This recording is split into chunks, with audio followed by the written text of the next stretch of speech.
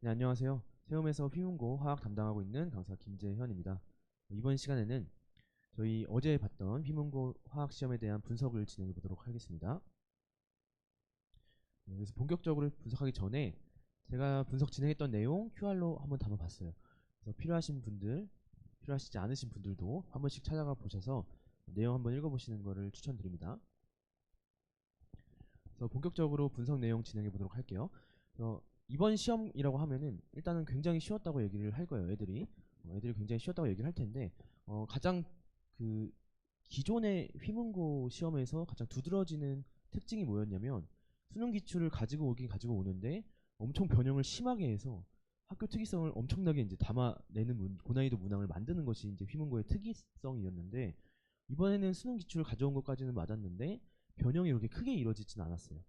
숫자도 거의 비슷비슷하게 나오고 개념 자체도 그대로 출제가 되고 그림도 그대로 가져오신 경우가 굉장히 많았단 말이에요.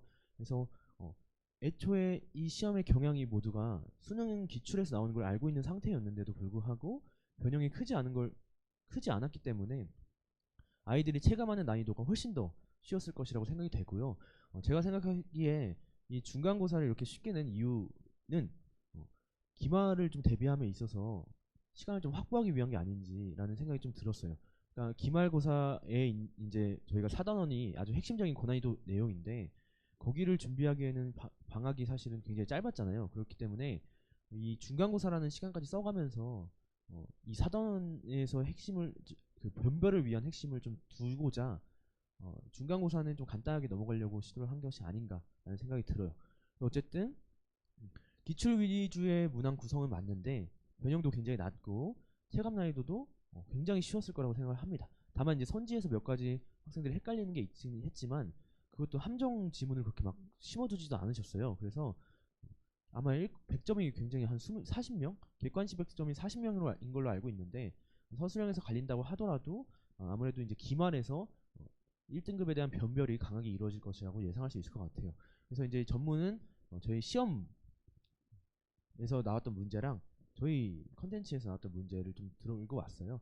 보시면 아시겠지만 기출과 저희 변형 형태랑 완전히 동일하게 출제가 되었어요. 그림 하나, 토시 하나 안 틀리고 이러한 자료 해석도 동일하게 출제를 하였다라는 것을 이제 확인할 수 있을 것 같아요. 특히나 이제 저희가 파이널 모의고사에서 어느 정도 휘물고의 특징을 좀 담아서 문제를 좀 설계했는데 다행히도 그 파이널 모의고사에서 좀 많이 연계가 되어 있는 부분을 보실 수 있을 것 같습니다. 자세한 내용은 직접 문제 하나하나 보면서 얘기하도록 할게요.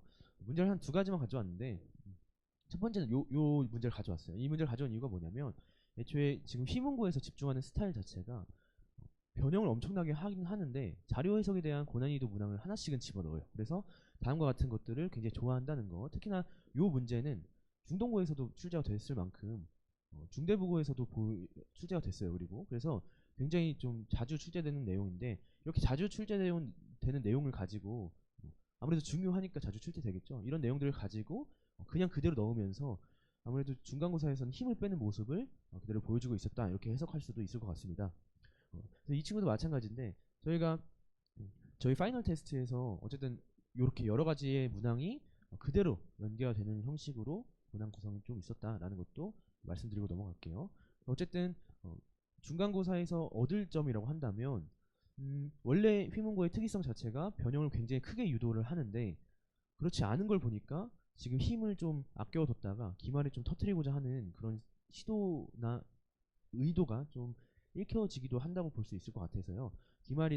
기말에서의 이 내용들이 어느 정도는 좀 중요할 것이다. 그리고 제가 생각했을 때는 기말의 평균이나 컷이 이 앞에서 봤던 시험보다도 훨씬 낮을 수도 있을 것이다.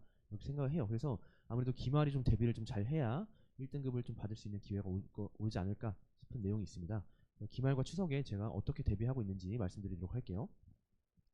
첫 번째, 그래서 저희 수업 포인트입니다. 그래서 학생들에게 전념한다. 이거는 이제 대치동에 있는 모든 선생님들이 다 학생들에게 전념을 하겠지만, 저는 특히나 이제 그 모든 시간 수업을 하는 시간이 아니더라도 학생들을 위해서 항상 생각을 좀 하고 있는 편이에요. 그래서 대부분 이제 10시 전까지도 계속 학생들이랑 같이 있을 뿐만이 아니라 학생들과 같이 있지 않는 시간에도 아이들 위해서 어떤 식으로 콘텐츠를 보강해야 아이들이 대비하는데 어느 정도 조금이라도 더 도움을 줄 수 있는지 이런 것들을 좀 확인하는 편이에요. 그래서 파이널 모의고사 같은 것도 그런 식으로 좀 출제했는데 다행히도 거기서 좀 연계가 좀 많이 되는 부분도 있었고 저희 기본적인 주간지 내용의 흐름에서도 굉장히 많은 문제들이 다 좀 그대로 나온 경우가 좀 많았습니다. 그래서 아이들에게 좀 항상 전념을 한다라는 거. 그 다음에 접근법도 이제 사실 이제 4단원이 되면 접근법이 굉장히 중요하긴 해요.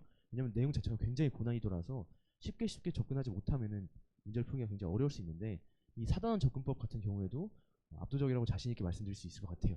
저는 4단원 현재 나오는 수능 고3의 굉장히 고난이도 형태의 문제들, 4단원 문제들도 암산을 하는 편이에요. 근데 저는 이제 보통 제가 뭐 머리가 좋아서 암산을 한다라는 걸 어필하는 게 아니고요. 제가 이제 어떻게 풀었는지를 애들한테 보여주면 애들이 그걸 납득을 하는 편이에요.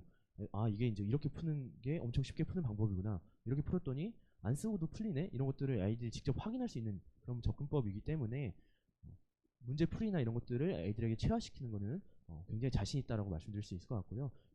콘텐츠도 마찬가지로 저희가 시험을 대비할 수 있는 모의고사 형태라든지 기출 변형이라든지 학교 특이성에 맞춘 필기본 재정리라든지 여러 가지 컨텐츠 구상을 토대로 아이들이 조금 더 대비를 원만하게 할 수 있게끔 준비를 하고 있습니다.